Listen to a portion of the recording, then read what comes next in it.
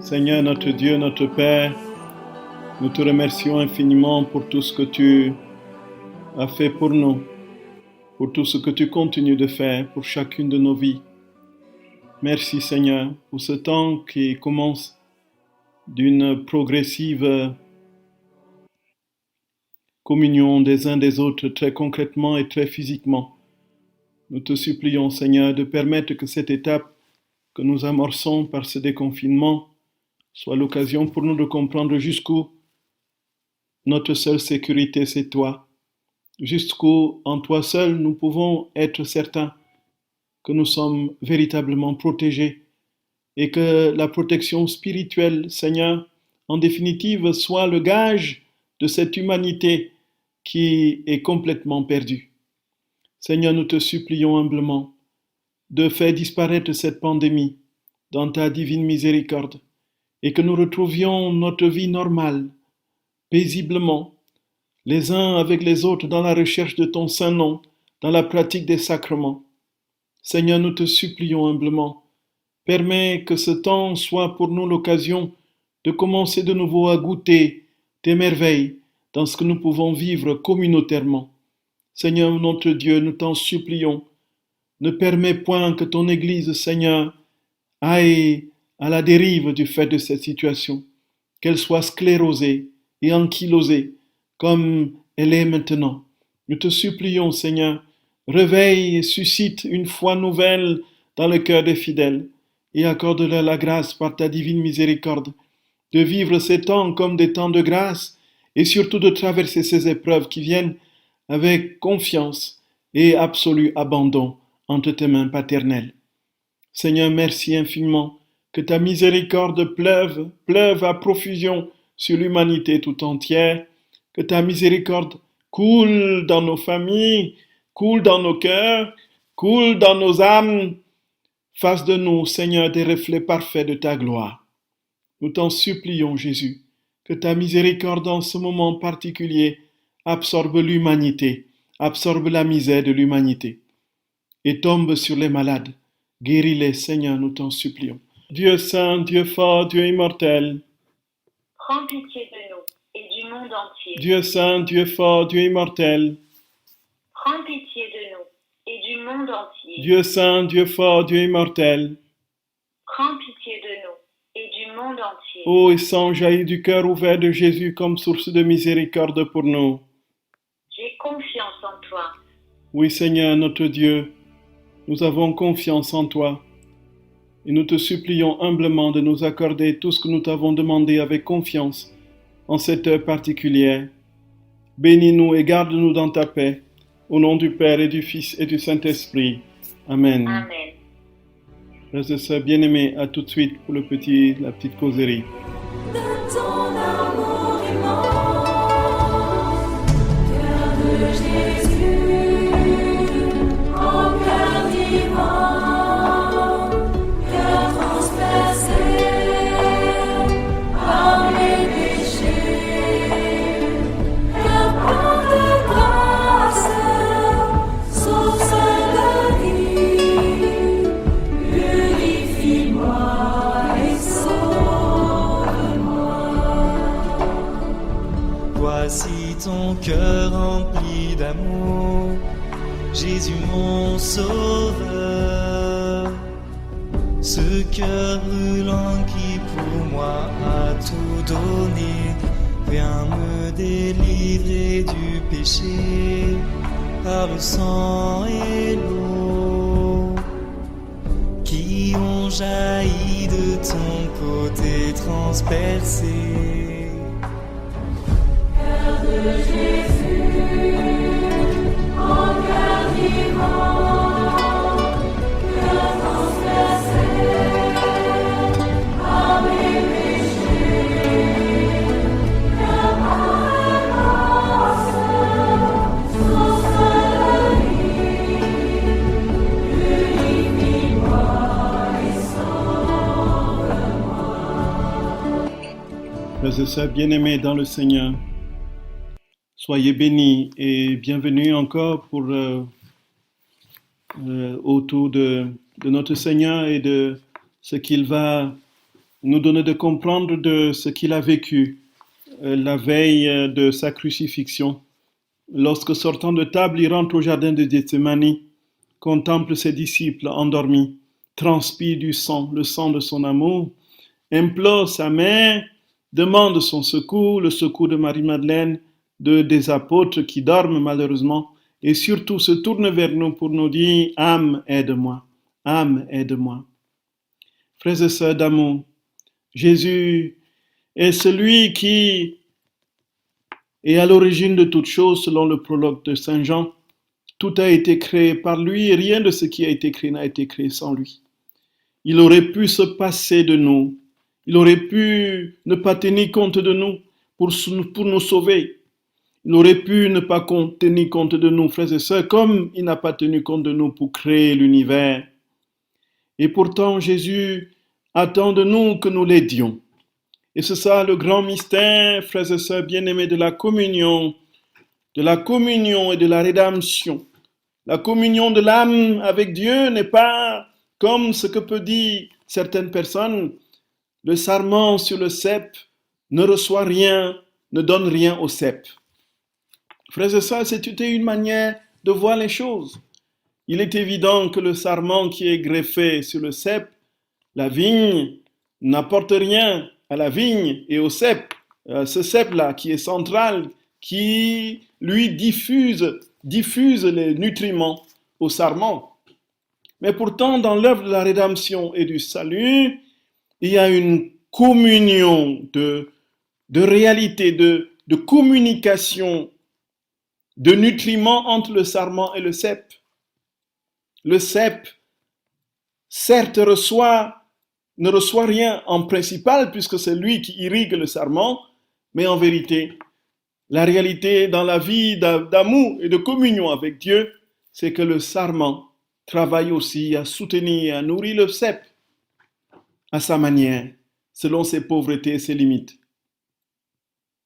Et c'est pourquoi le mystère de la réparation entre en ligne de compte du cheminement spirituel et de la quête du visage de Dieu. Cette réparation, frères et sœurs, qui ne sera jamais l'œuvre de la croix, qui ne sera jamais l'œuvre de rédemption accomplie définitivement et parfaitement par notre Seigneur Jésus-Christ, mais qui est notre part d'offrande de nous-mêmes avec toutes les autres âmes pour que Jésus atteigne le plus rapidement et le plus facilement possible son objectif, sauver l'humanité tout entière, passé, présente et future. Et nous continuons la méditation de la 7e heure, au cours de laquelle nous avons vu la réparation qui se réalisait par l'offrande du sang de Jésus à différentes catégories de personnes. Aux personnes mourantes, aux personnes qui sont révoltées dans une grande souffrance, aux personnes qui sont près de tomber dans le péché, aux personnes qui sont tombées et qui n'ont pas le courage de se relever tellement ils sont accablés, soit par la culpabilité, soit par le découragement et le désespoir.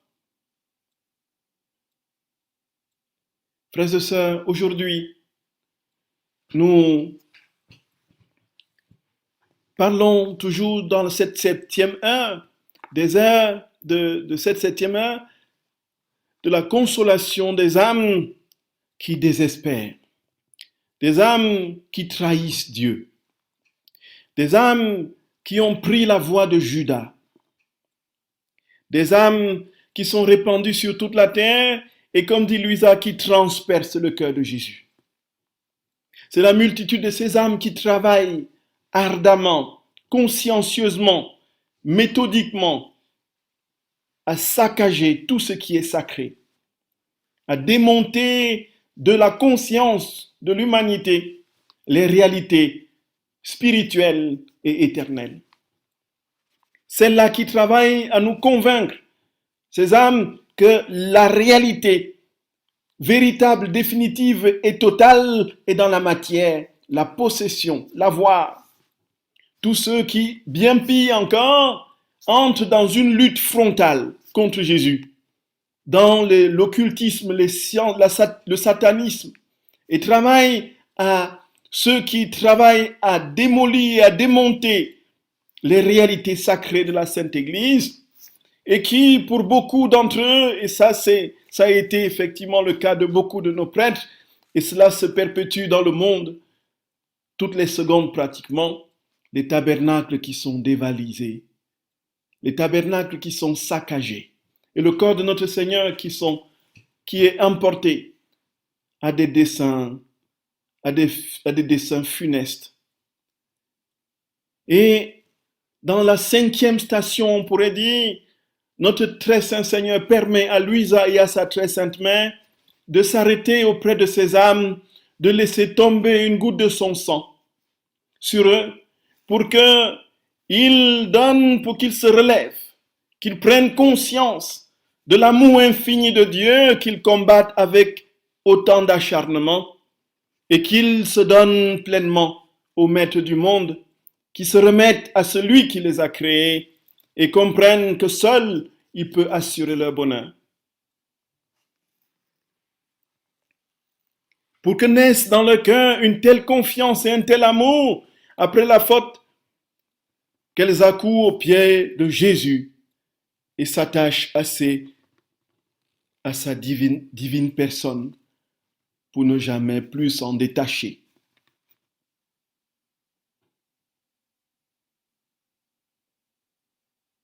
Voilà, frères et sœurs d'amour. Et Louisa a une expression particulièrement touchante. Il faut poser le sang de Jésus sous leurs pieds pour qu'ils reculent quand ils s'avancent vers le mal et se remettent sur le chemin du salut.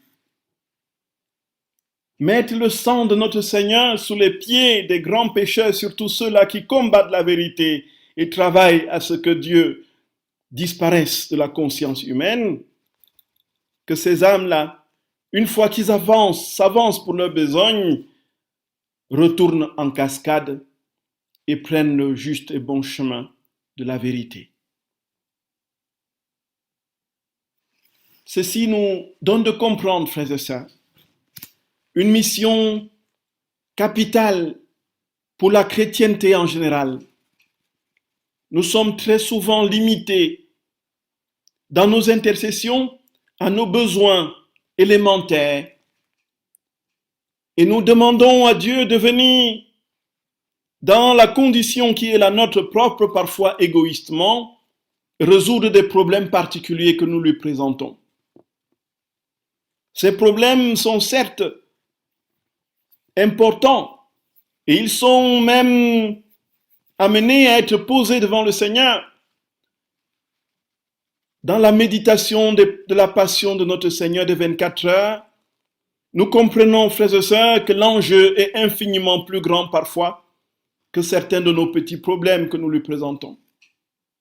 Et qu'il ne s'agit pas bien sûr de renoncer à nos problèmes, mais de lui demander de nous donner la conscience pleine de ce qu'il vit et souffre en lui, de ce qu'il nous donne la grâce d'entrer en lui, frères et sœurs bien-aimés, d'épouser son cœur et de pouvoir entendre ses battements de cœur dans le nôtre et de pouvoir laisser notre cœur nous aussi battre à la dimension du monde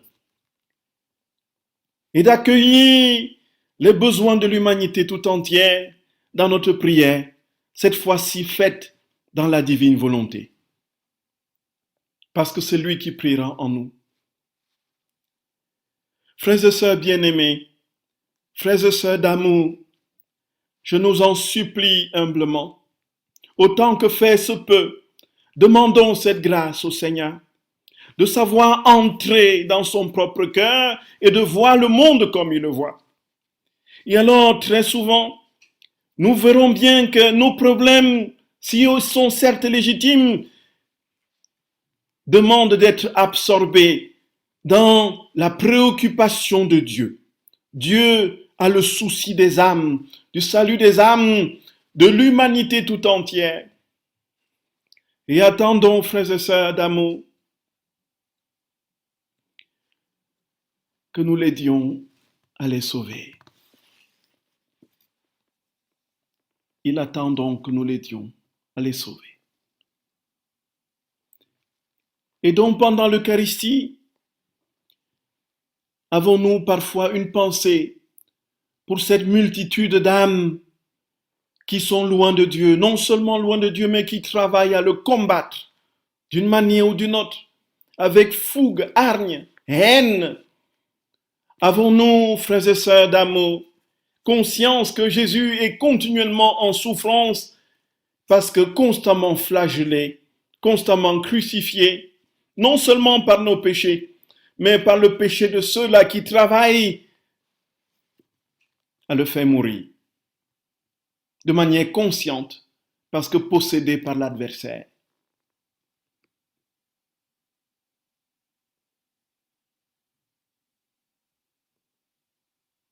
Frères et sœurs d'amour, comprenons bien que Jésus a déposé en nos vies un trésor inestimable.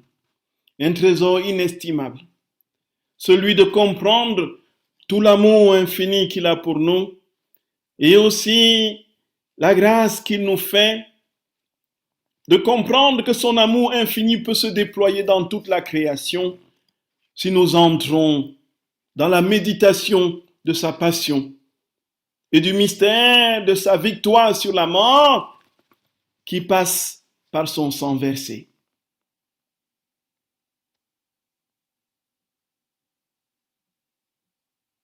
Et ce faisant, chers sœurs et frères bien-aimés, et ce faisant, le seul lieu où nous avons véritablement l'occasion de toucher au corps très saint de notre Seigneur, de goûter à son sang précieux et d'utiliser ce sang pour l'humanité tout entière dans les catégories de personnes qui sont ici spécifiées, le seul lieu, c'est l'Eucharistie. C'est pour cela que la messe, c'est la prière des prières. Il n'y en a pas au-dessus.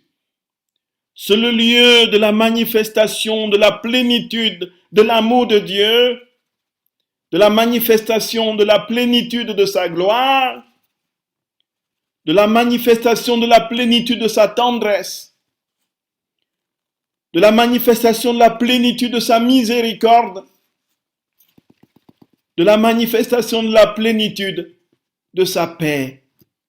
Le ciel descend sur la terre et réclame à l'âme fidèle la grâce de pouvoir s'y associer et de vivre le temps d'une messe, un moment du ciel.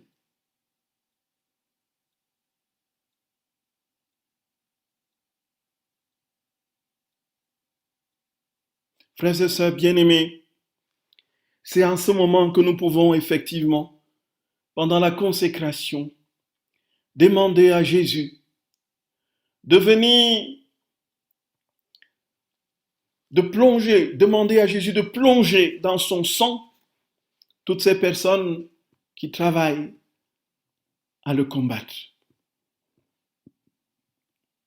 L'année dernière, nous avons eu ici pour notre communauté de paroisse de Souffel et de Reichstätt un acte de profanation de l'église. C'était des inscriptions satanistes sur le mur de l'église, les vitraux saccagés. Et puis, dans la paroisse voisine, il y a eu carrément un sac de tabernacle et puis tout qui a été chamboulé. Et apparemment, tout cela se déroule en France tous les jours. Tous les jours. On n'en parle pas. Et aussi dans tous les autres pays du monde, frères et sœurs bien-aimés. Parce que les suppôts de l'adversaire sont répandus dans le monde. Et très souvent, c'est une catégorie que nous portons très peu dans nos prières. Simplement parce qu'il nous effraie. Et la seule chose qu'on veut adopter comme la seule manière de pouvoir ne pas en parler, c'est de ne jamais les évoquer. On est encore loin de pouvoir penser à eux dans nos prières. Pourtant, pendant la messe, nous pouvons déposer dans le calice ces âmes. Bref, dans la divine volonté, nous ne vivons plus pour nous-mêmes, frères et sœurs. Nous vivons pour le Seigneur vivant en nous, vit pour l'humanité tout entière. Et personne ne sera jamais plus le grand absent de nos prières, y compris notre ennemi, l'ennemi juré, qui travaille à nous perdre et à faire disparaître le nom de notre Seigneur au cœur de ce monde.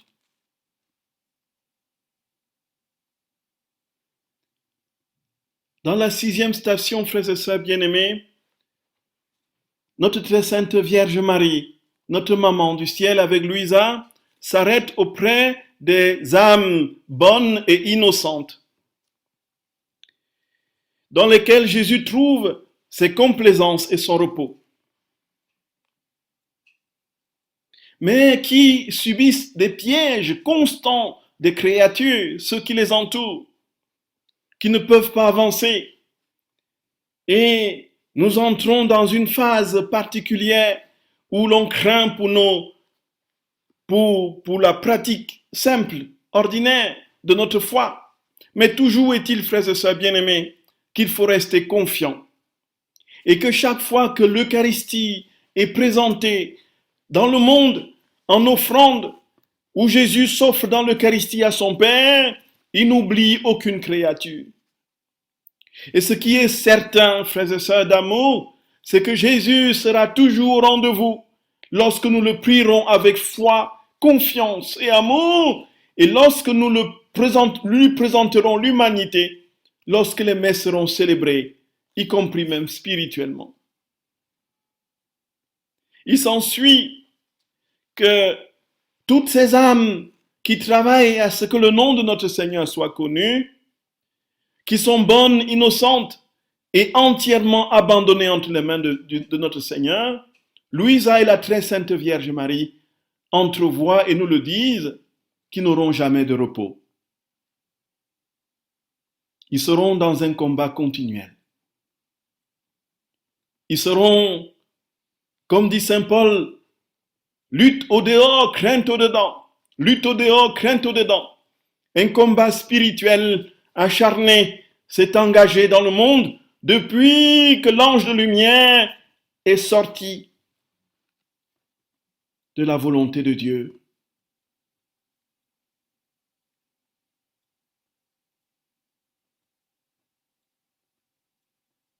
Et depuis lors, frères et sœurs, le grand conflit cosmique suit son cours. Les forces de la lumière contre celles des ténèbres, du bien contre le mal, et nous sommes aujourd'hui pratiquement en train de vivre un moment particulier où il nous faut nous accrocher de toute notre âme, de tout notre cœur au Seigneur pour ne pas sombrer dans le découragement et le désespoir. Pour toute âme fidèle, le Seigneur ne promet pas le repos, il promet le combat. L'âme éveillée sera en but à toutes sortes d'attaques, toutes sortes de croche-pieds de l'adversaire. Qu'elles soient simplement ordinaires dans les difficultés de correspondre à la volonté de Dieu, ou même surnaturelles comme pour les grands saints, toujours est-il que le combat est inhérent à la vie chrétienne. Et ce combat, frères et sœurs bien-aimés, continue son cours Et pour ces âmes, le Seigneur nous invite à répandre son sang, nous aussi, sur eux aussi. Et ainsi, l'innocence de ces âmes imbibées du sang de Jésus trouvera dans ce sang une protection afin qu'ils ne soient pas tentés de fuir, tentés de se décourager, afin que les forces adverses ne les atteignent point.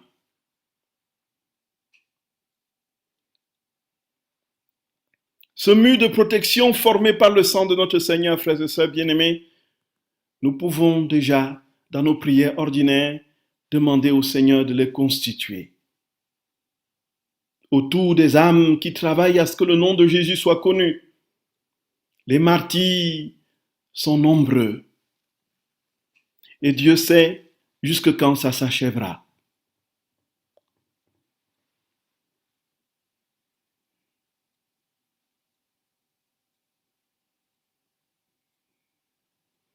Que ces âmes soient plongées dans l'innocence de Dieu et reçoivent la grâce d'une protection divine pour la plus grande gloire et la plus grande joie de notre Seigneur Jésus-Christ. Frères et sœurs, l'occasion nous est donnée de ne point faiblir dans la prière. Prions sans relâche. Prions sans relâche, frères et sœurs. Prions sans relâche. Prions sans relâche. Prions sans relâche. Offrons-nous au Seigneur avec tout ce que nous sommes, mais avec confiance, conscients que nous participerons à sa victoire. Que cette victoire, frères et sœurs bien-aimés, soit notre gage et notre motif de persévérance. Soyez bénis, frères et sœurs d'amour. Que Jésus vous bénisse abondamment. À tout de suite pour la prière du Saint-Rosaire. Soyez bénis, frères et sœurs.